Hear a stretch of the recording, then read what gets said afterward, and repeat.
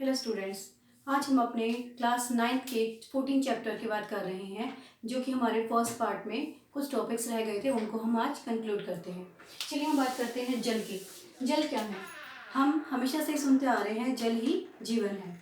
जल एक ऐसा अद्भुत द्रव है जो कि 75% भाग पर पाया जाता है, यानी कि हमारे जो जैव मंडल है उसके अंदर 75% भाग जल से घिरा हुआ है। और ये किस किस रूप में पाया जाता है? सागर, नदियां, झील और झरने के रूप में पाया जाता है। इसकी आवश्यकता क्यों पड़ी? सबसे पहले ये हमारे शरीर का एक महत्वपूर्ण संगठक है, यानी कि हमारे शरीर के अंदर जो भी प्रोटीन, लिपिड्स और कार्बोहाइड्रेट्स पाए जाते हैं, उनके अंदर जल एक महत्वपूर्ण रोल प्ले करता है। इसके बाद ये हमारे शरीर के तापमान को नियंत्रित करता है। जैसे कि हम सब जानते हैं कि गर्मी के सीज़न में जब हमें पसीना आता है तो उसके बाद हमारा जो शरीर का तापमान है वो कम हो जाता है और हमें ठंडक महसूस होती है। तीसरा है आवासीय स्थान। जल बहुत से जीव जो कि पानी के अंदर रहते हैं उनके लिए रहने के लिए जगह देता है। और माध्यम, ये बहुत सारी चीज़ों के लिए एक माध्यम का काम करता है, जिससे कि एक स्थान से दूसरे स्थान पर स्थानांतरण हो सके। अब बात करते हैं कि क्या जल सभी जगह एक जैसा पाया जाता है? नहीं। कुछ ऐसी जगह हैं जहाँ पर वर्षा जो है वो 5 सेंटीमीटर से भी कम होती है और वहाँ पर किस चीज़ का निर्माण हो जाता है? रेगिस्तान का। और कुछ ऐसे भी हैं जहाँ पर 200 सेंटीमीटर से भी अधिक वर्षा होती है, यानी कि कहीं पर तो बिल्कुल सूखा पड़ जाता है और कहीं पर जल यानी कि 24 घंटे में से 20 घंटे तक वर्षा होती रहती है। जैसे कि माओसिनराम, ये मेघालय में एक स्थान है जहाँ पर 11,871 मिलीमीटर तक वर्षा रिकॉर्ड की गई है। उसी तरह से चेरापूंजी, जो कि मेघालय के अंदर ही है, यहाँ पर 11,777 मिलीमीटर तक वर्षा का रिकॉर्ड दिखाया गया है। अब बात करते हैं कि जल प्रदूषण क्या है। अब जल है तो जल के अंदर जब कोई भी अवांछनीय पदार्थ मिक्स हो जाएंगे, यानी कि जो हमारा पीने योग्य जल है वो दूषित हो जाएगा, उसी को हम क्या कह देंगे? जल प्रदूषण। जल प्रदूषण के लिए सबसे पहली बात करते हैं हम उद्योगों का कचरा। कोई भी उद्योग जब स्थापित किया जाता है तो उसके अंदर जल एक अहम भूमिका निभाता है। और बहुत सारी इंडस्ट्रीज ऐसी हैं जो कि कचरे के निपटारण से पहले ही जल को डायरेक्ट हमारे स्रोतों में छोड़ देते हैं। उसके बाद आती है कपड़े धोने की। कपड़े धोने के कारण अपमार्जक डिटर्जेंट्स वगैरह भी जल के अंदर मिक्स हो जाते हैं। उसके बाद हमारा अवांछित पदार्थों का मिलाना। जो रंग इंडस्ट्रीज हैं, यानी कि जो डाई जो हमारे कपड़ों को रंगती हैं, ऊन को रंगती हैं, और बहुत से ऐसी इंडस्ट्रीज जिनके अंदर रंगों का इस्तेमाल या हानिकारक पदार्थों का इस्तेमाल किया जाता है, वो डायरेक्ट किसमें प्रवाहित कर दिए जाते हैं? पानी के स्रोतों में। अब बात करते हैं इसका प्रभाव क्या होगा। इसका प्रभाव सबसे पहला है कि जलाशयों में अनवांछित पदार्थों का बढ़ जाना। अब कोई चीज़ है जो कि केमिकल के रूप में है या यूरिया वगैरह है जो कि पानी के द्वारा बहकर हमारे नदियों में आ गई है, वो क्या करेंगे? वो उर्वरक का काम करेंगे, जिसकी वजह से वहाँ पर क्या बढ़ जाएंगी? ऐसे जलीय पौधों का मात्रा बढ़ जाएगी जो कि नीचे के जीवों के लिए ऑक्सीजन सारी खा जाएंगे और क्या नहीं कर पाएंगे?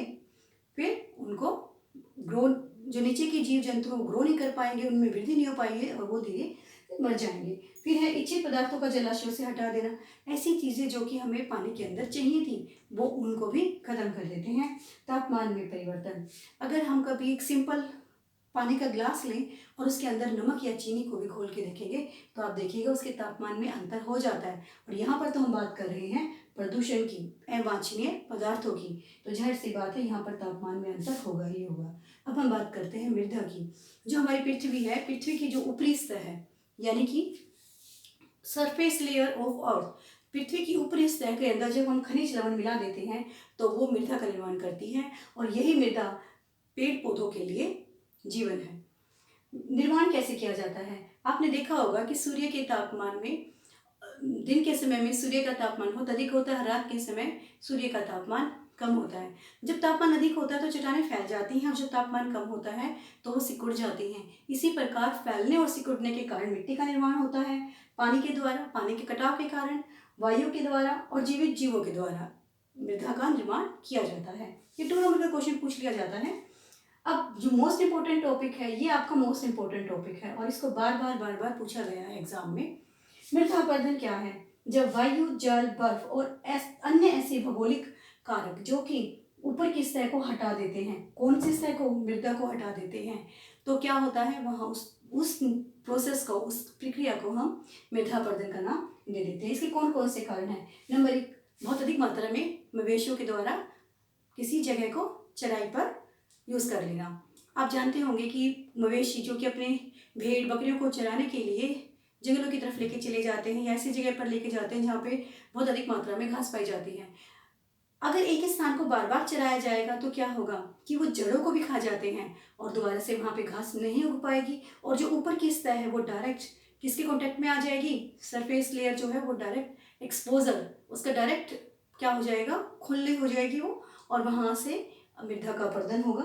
फिर तेज हवाएं हमारी उपजाऊ मिट्टी को भाग कर ले जाती हैं, अपने साथ वो उड़ाकर लेके चली जाएंगी और ऐसी जगह ले जाएंगी जहाँ पर उसकी जरूरत नहीं है।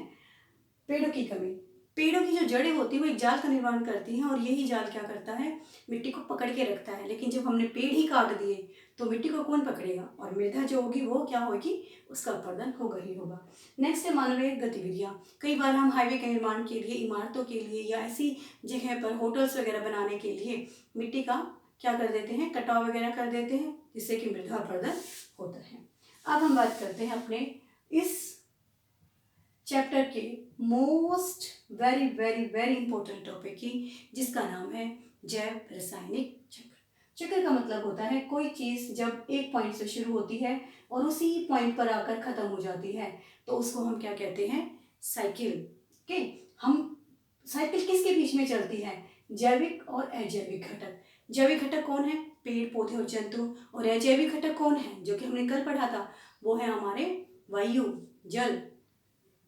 अब यहाँ पर कौन कौन सी साइकिल है हमारे पास? Carbon, nitrogen, oxygen, phosphorus and sulphur. आज हम यहाँ पर जो बात करेंगे, हम कार्बन की, ऑक्सीजन की, नाइट्रोजन की, इनकी बात करते हैं। चलिए सबसे पहले हम बात करते हैं जलीय चक्र की। 4th और 5th क्लास से जलीय चक्र हमें पढ़ाया जाता है, क्योंकि जल हमारे जीवन का एक बहुत महत्वपूर्ण घटक है। सबसे पहले हम देखते हैं कि 75% जो भाग है वो 2 रूप में पाया जाता है। एक तो है सतही जल, जो कि हमें दिखाई देता है, और दूसरा है भूमिगत जल, जो कि पृथ्वी की सतह के अंदर है और जिसको हम हैंड पंप वगैरह या मोटर वगैरह के द्वारा बाहर निकाल लेते हैं। तो ये जब ये भूमिगत जल ये ऊपर सतही जल के रूप में आ जाता है तो इसके अंदर क्या होगा? वाष्पीकरण, यानी कि जल जब सूरज का तापमान बढ़ता है और सूरज की किरणें पड़ने के कारण पानी गर्म होकर हल्का हो जाएगा और वो वाष्प बन जाएगा, और वाष्पीकरण के द्वारा वो जल क्या हो जाएगा? बादलों में चला जाएगा। उसी तरीके से जो पेड़ पौधे हैं वो वाष्पोत्सर्जन करते हैं, और जो जीव जंतु हैं वो श्वसन यानी कि रेस्पिरेशन करते हैं, तो भी क्या होता है? जो जल है वो बाहर निकलता है, और इस प्रकार से ये वाष्पोत्सर्जन और श्वसन ये दोनों भी जाकर वाष्पीकरण की प्रक्रिया में मिल जाते हैं, और इस प्रकार से ये एक चक्र चलता रहता है। फिर बादल दोबारा से पानी को कहाँ पहुँचा देंगे? सतही जल। सतही जल कहाँ पहुँचा देगा? भूमिगत जल, और फिर वही प्रोसेस चलती रहेगी। चलिए, ये तो बहुत आसान था, लेकिन अब जो हम चक्र कर रहे हैं वो बहुत मुश्किल है और बहुत महत्वपूर्ण है। इसके अंदर बात आती है आपकी नाइट्रोजन चक्र की। आप जानते हैं 78% हमारी नाइट्रोजन अवेलेबल है एटमॉस्फेयर के अंदर, और इसके अंदर किस रूप में? प्रोटीन के रूप में, जो क्या बनाते हैं? अमीनो एसिड्स, न्यूक्लिक अम्ल, जिसके अंदर डीएनए और आरएनए आ जाता है, और आरएनए और विटामिन। डीएनए क्या है? ये हमारा अनुवांशिक पदार्थ है, और आरएनए किसका अनुवांशिक पदार्थ है? वायरस का। अब हम बात करते हैं कि कैसे ये सारी साइकिल चलती है। वायुमंडल के अंदर कितने प्रतिशत नाइट्रोजन थी? 78। इस नाइट्रोजन को क्या किया? नाइट्रिफिकेशन किया और वायुमंडलीय और औद्योगिक स्थिरीकरण कर दिया। किसके द्वारा? जब बिजली कड़कती है या जो हमारे उद्योग वगैरह हैं उनके अंदर हम नाइट्रोजन को इस्तेमाल कर लेते हैं और उसको फिक्स कर देते हैं। आप अपने माइंड में एक चीज़ क्लियर करके रखिएगा कि ये जो स्थिरीकरण है, स्थिरीकरण को क्या कहते हैं? फिक्सेशन। फिक्स कर देना है उसको, फ्री जो चीज़ थी उसको फिक्स करना है। अब इसको नाइट्रिफिकेशन के रूप में नाइट्रेट्स बना देते हैं, और डीनाइट्रिफिकेशन के बाद ये दोबारा से वायुमंडल में चली जाएगी। ये तो इसकी हो गई एक प्रक्रिया। दूसरी प्रक्रिया में क्या होगा कि वायुमंडल जो नाइट्रोजन में थी उसको कौन ले लेंगे? हरे पेड़ पौधे और जीव द्रव्य, वो जंतु को दे देंगे। जंतु उसको अमोनिया में बदल देंगे, और नाइट्राइट्स और नाइट्रेट्स के रूप में वो फिर से कहाँ चली गई? वायुमंडल के अंदर। अब बात आती है कि हरे पेड़ पौधे जब जंतु नहीं खाते, कुछ पौधे ऐसे जो जंगल में उग जाते हैं, तो उनके लिए क्या किया जाता है? वो डायरेक्ट अमोनीकरण के कारण अमोनिया बनाएंगे और ये साइकिल दोबारा से शुरू हो जाएगी। आपने कई सारे ऐसे पेड़ पौधे भी देखे होंगे जिनकी जड़ों के अंदर नाइट्रोजन को बहुत अधिक मात्रा में फिक्स किया जाता है, और इसका सबसे अच्छा उदाहरण है हमारा दालें। जब कोई भी बच्चा बीमार होता है, डॉक्टर के पास जाता है, डॉक्टर उसे कहता है कि आप इसको दालें दिया करो, इसको प्रोटीन दिया करो। और प्रोटीन के लिए दाल, जो कि वेजिटेरियन है उनके लिए बहुत ही अच्छा स्रोत है प्रोटीन का। क्यों? क्योंकि प्रोटीन के अंदर उनकी जो पेड़ों की जो जड़ें होती हैं उसके ऊपर छोटी छोटी गांठें बन जाती हैं। ये गांठें क्या करती हैं? ये गांठें किसको अपनी तरफ आकर्षित करती हैं? बैक्टीरिया को। और वही बैक्टीरिया क्या बना देते हैं? नाइट्रेट्स और नाइट्राइट्स, यानी कि नाइट्रोजन का निर्माण कर देते हैं। चलिए अब हम बात करते हैं अपने नेक्स्ट चक्र की, जिसका नाम है कार्बन चक्र। कार्बन चक्र के अंदर हम देखते हैं कि कार्बन वायुमंडल में किसके रूप में पाई जाती है? ऑक्सीजन के साथ आबंध बनाती है, और ये CO2 के रूप में पाई जाती है। ये CO2 जो है उसको कौन फिक्स कर देता है? या तो पानी के साथ घुलकर कार्बोनेट बना देगी, उससे हमारे किसका निर्माण हो जाएगा? चूना पत्थर का। या फिर ये पौधों ऑक्सीजन कार्बन डाइऑक्साइड को ले लेंगे और इससे जंतु खा लेंगे, जंतु से फिर वही अकार्बनिक कार्बोनेट बन गए, और या फिर पौधों से डायरेक्ट पेट्रोलियम बन गया, या फिर पौधों से कोयला बन गया। और जो जंतु थे, ये जंतु क्या करेंगे? श्वसन और विघटन, यानी कि रेस्पिरेशन करते हैं, और इसके कारण वापस से कार्बन डाइऑक्साइड वातावरण में मिल जाएगी। चलिए अब हम बात करते हैं अपने लास्ट साइकिल की, जो कि है ऑक्सीजन चक्र। इसके अंदर क्या होता है? वायुमंडल में जितनी भी ऑक्सीजन है वो किसके द्वारा छोड़ी जाती है? पौधों के द्वारा। जी हाँ, प्रकाश संश्लेषण ही वो प्रोसेस है जिसके द्वारा ऑक्सीजन का निर्माण किया जाता है। और पृथ्वी पर केवल पौधे ही ऐसे हैं जो कि क्या करते हैं? कार्बन डाइऑक्साइड को ग्रहण करते हैं और ऑक्सीजन को छोड़ते हैं।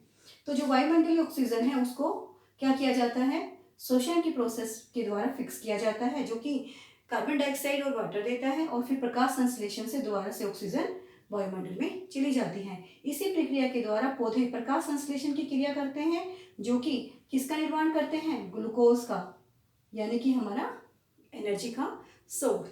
इस प्रकार से ये भी साइकिल चलती रहती है। इस चैप्टर के अंदर बहुत सारे टॉपिक इंपॉर्टेंट्स हैं, और ये चैप्टर याद करना बहुत आसान है, क्योंकि ये हमारा सारा किससे जुड़ा हुआ है? हमारे जीवन से जुड़ा हुआ है। इसीलिए इस चैप्टर के आप ध्यान से सुनिए, नोट्स बनाइए, और stay home stay healthy. Thank you.